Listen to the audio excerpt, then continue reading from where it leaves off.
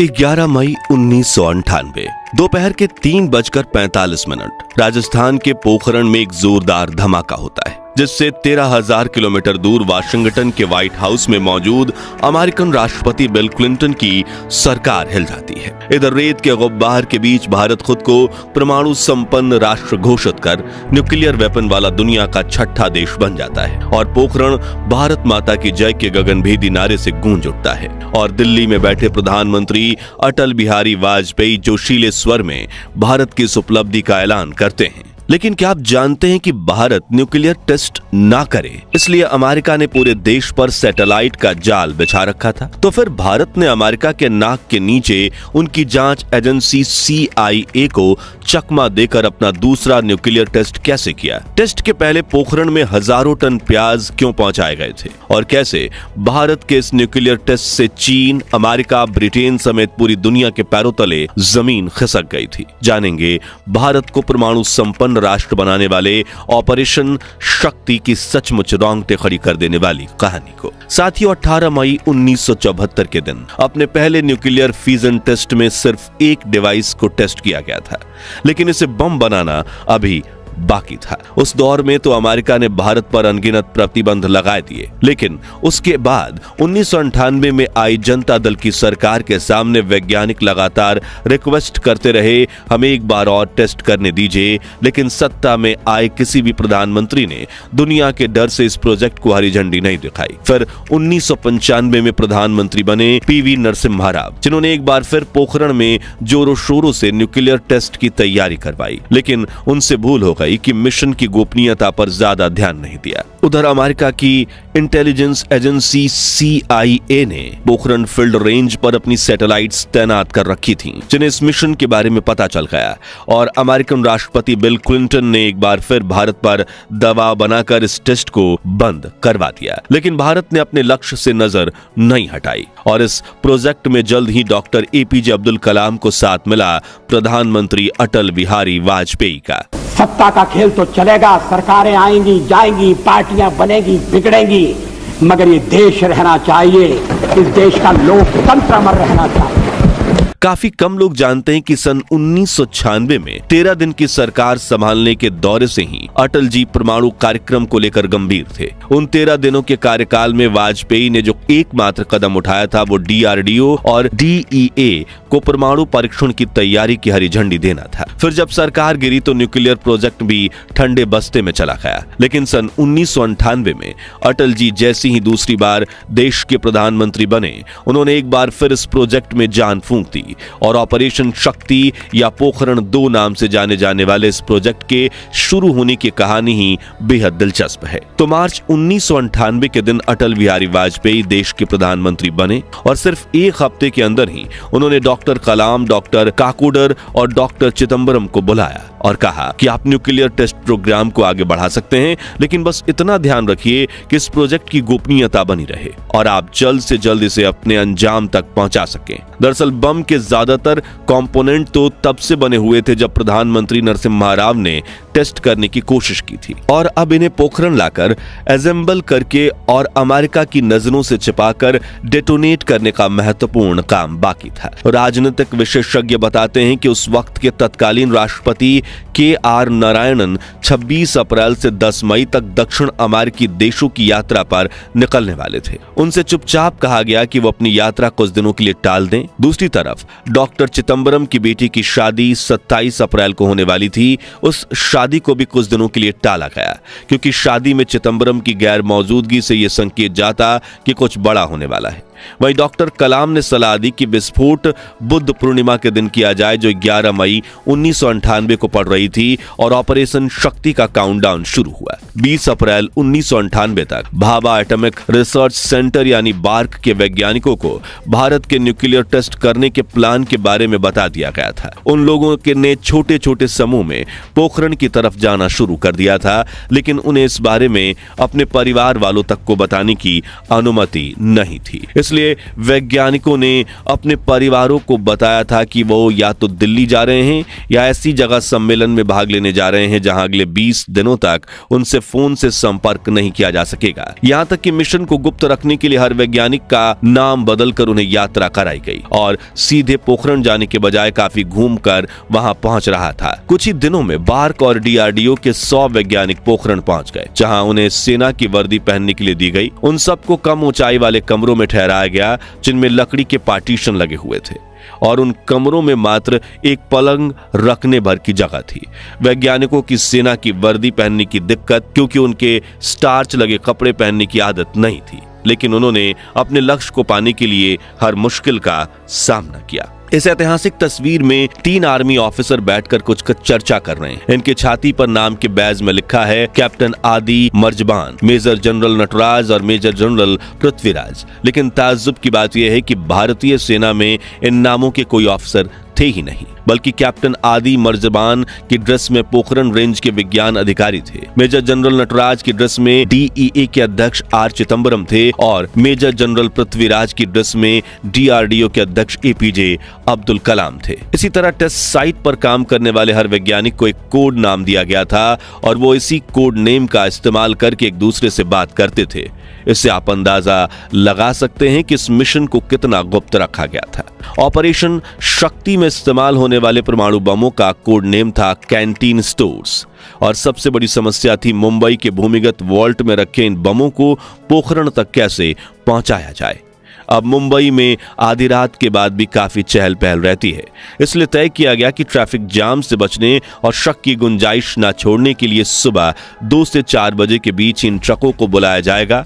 वरिष्ठ पत्रकार राज चिंगप्पा बताते हैं, 1 मई की सुबह तड़के 4 बजे ट्रक चुपचाप बार्क संयंत्र पहुंच गए। हर ट्रक पर 5 सशस्त्र सैनिक सवार थे। ट्रकों पर आर्म्ड प्लेट लगी हुई थी ताकि उस पर किसी तरह का बम हमला न किया जा सके। 2 काले क्रेटो को दूसरे उपकरणों के साथ तुरंत एक ट्रक पर लाद दिया गया। तभी डीआरडीओ टीम के वरिष्ठ सदस्य उमंग कपूर के मुंह से निकला, history is now on the move. ये चारों ट्रक तेज रफ्तार से मुंबई हवाई अड्डे की तरफ बढ़े, जो वहां से 30 मिनट की दूरी पर था। बार्क के सुरक्षा कर्मियों से लेकर मुंबई की जनता तक किसी को इस बात का अंदाजा नहीं था कि उन ट्रक्स में जो कुछ रखा है वो पूरे मुंबई शहर को मिनटों में तबाह कर सकता था। बल्कि वो बक्से तो दिखने में सेब के बक्सों जैसे ही थे, जिनमें से 5 से 10 किलोग्राम वजनी प्लूटोनियम के गोले रखे हुए थे। इस काफिले को कोई एक्स्ट्रा सिक्योरिटी भी नहीं दी गई थी। उधर एयरपोर्ट पर बिना उद्देश्य बताए पहले से ही सारे जरूरी क्लियरेंस ले लिए गए थे, इसलिए ट्रकों को सीधे हवाई पट्टी पर ले जाया गया और उन बक्सों को AN-32 ट्रांसपोर्ट प्लेन में लोड कर दिया गया। प्लेन ने उड़ान भरी और 2 घंटे में जोधपुर पहुंच गया।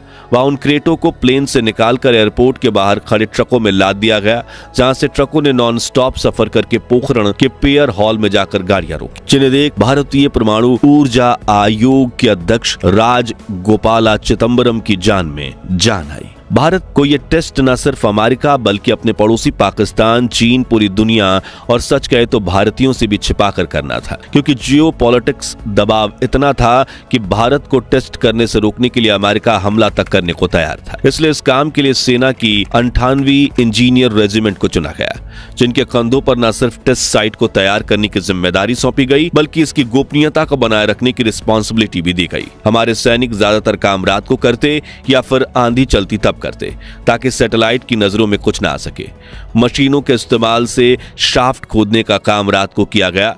पोखरण की हवाएं तो वैज्ञानिकों का साथ दे रही थी, यहाँ की मिट्टी ने भी उनका भरपूर साथ दिया। वैज्ञानिक तारों को यहाँ के बालू मिट्टी के नीचे छिपा देते ताकि सैटेलाइट की आंखें खुली होने के बावजूद उसे कुछ न दिख पाए। अब सेना के साथ तकरीबन 100 वैज्ञानिक काम कर रहे थे, तो इलाके में हलचल होना स्वाभाविक था। इससे अमेरिका को शक न हो, इसलिए हमारे जवानों ने वहां एक स्टेडियम तैयार किया और इंडियन आर्मी का क्रिकेट टूर्नामेंट शुरू कर दिया, जिससे वहां हर रोज अलग अलग टीम आकर क्रिकेट खेलने लगी। यहाँ एक दिलचस्प बात यह है कि जब आधे जवान क्रिकेट खेलते तो बाकी जवान चुपके से बम बनाने का काम करते। इसी ऑपरेशन में कई दिक्कतें आईं, लेकिन सेना के जवान और वैज्ञानिकों ने हर परेशानी का सामना किया। मगर अब सबसे बड़ी दिक्कत थी ब्लास्ट होने के बाद होने वाला नुकसान। वैज्ञानिक इस सोच में थे कि इस बम से निकलने वाले रेडियो एक्टिव विकिरणों का क्या होगा, यानी ब्लास्ट से निकलने वाले अल्फा, बीटा और गामा रेज, जिनमें से गामा किरणें दवाएं सबसे खतरनाक होती हैं। ये शरीर के अंदर जाकर किसी को भी अपाहिज बनाने की ताकत रखती हैं। वैज्ञानिकों को यह डर था कि अगर हवा के साथ ये विकिरण ने पोखरण की फिजाओं में अपना फैलाव बनाया तो बहुत बड़ा नुकसान हो जाएगा। इस नुकसान से सिर्फ और सिर्फ एक ही चीज बचा सकती थी, वे थे प्याज, क्योंकि प्याज गामा रेज को बहुत ही अच्छे से सोख लेता है। इस कारण ये ज्यादा देर तक और दूर तक नहीं फैल पाती हैं। अब वैज्ञानिकों को चाहिए था हजारों क्विंटल प्याज, और पोखरण को ये प्याज मिला करीब 280 किलोमीटर दूर सन सिटी जोधपुर से, जिन्हें कई दिनों तक एक एक ट्रक करके पोखरण पहुंचाया गया ताकि किसी को शक न हो। वैज्ञानिकों ने इस प्याज को बम की शाफ्ट के अंदर और बाहर अच्छी तरह से भर दिया और अब परीक्षण की तैयारी पूरी हो चुकी थी। मगर अब भी अमेरिका की आंखों से बचकर डेटोनेट करना बाकी था। उस साल CIA ने पोखरण के ऊपर 4 उपग्रह लगा रखे थे, लेकिन परीक्षण के कुछ समय पहले सिर्फ एक उपग्रह पोखरण की निगरानी कर रहा था। वो भी सुबह 8 बजे से 11 बजे के बीच उस क्षेत्र के ऊपर से वो गुजरता था। इसलिए वैज्ञानिकों ने 11 बजे तक कोई मूवमेंट नहीं करनी थी। ऐसे में उन्होंने 11 मई के दिन दोपहर 3:45 पर न्यूक्लियर ब्लास्ट करने का निर्णय लिया।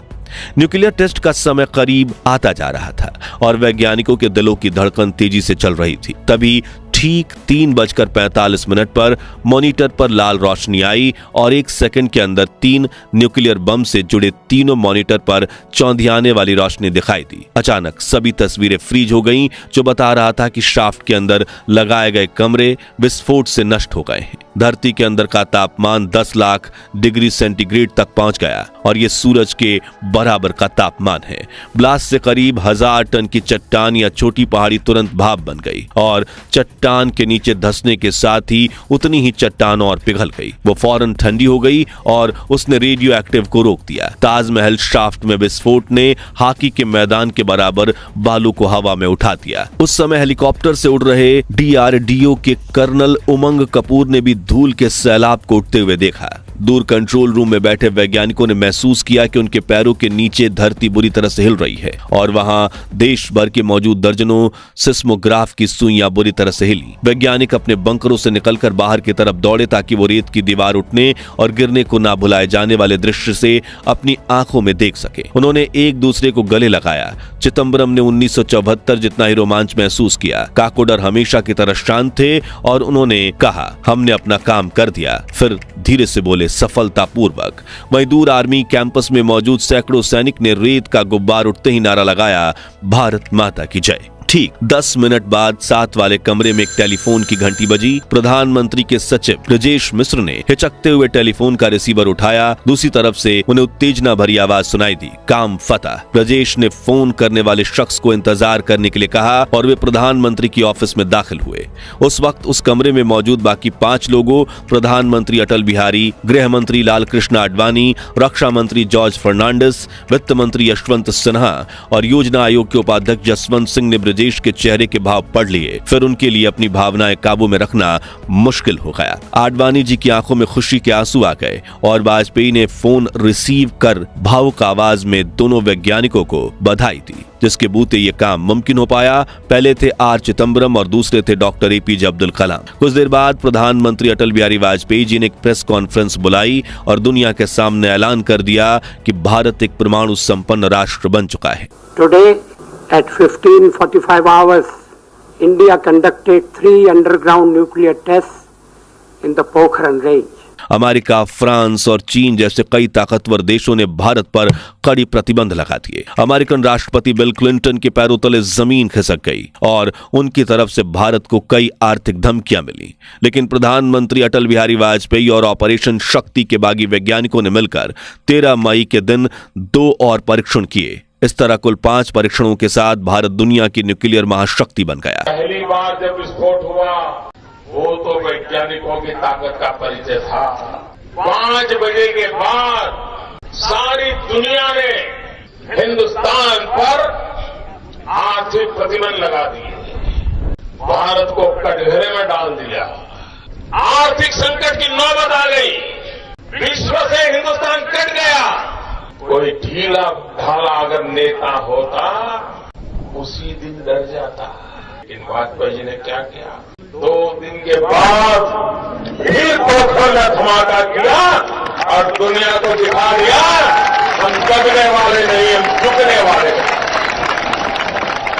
तो दोस्तों, अगर आप भी भारत को परमाणु संपन्न राष्ट्र बनाने वाले वैज्ञानिक पूर्व प्रधानमंत्री अटल बिहारी वाजपेयी, आर चिदम्बरम और डॉक्टर एपीजे अब्दुल कलाम और हमारे देश पर गर्व करते हैं तो कमेंट बॉक्स में जय हिंद जय भारत जरूर लिखिए।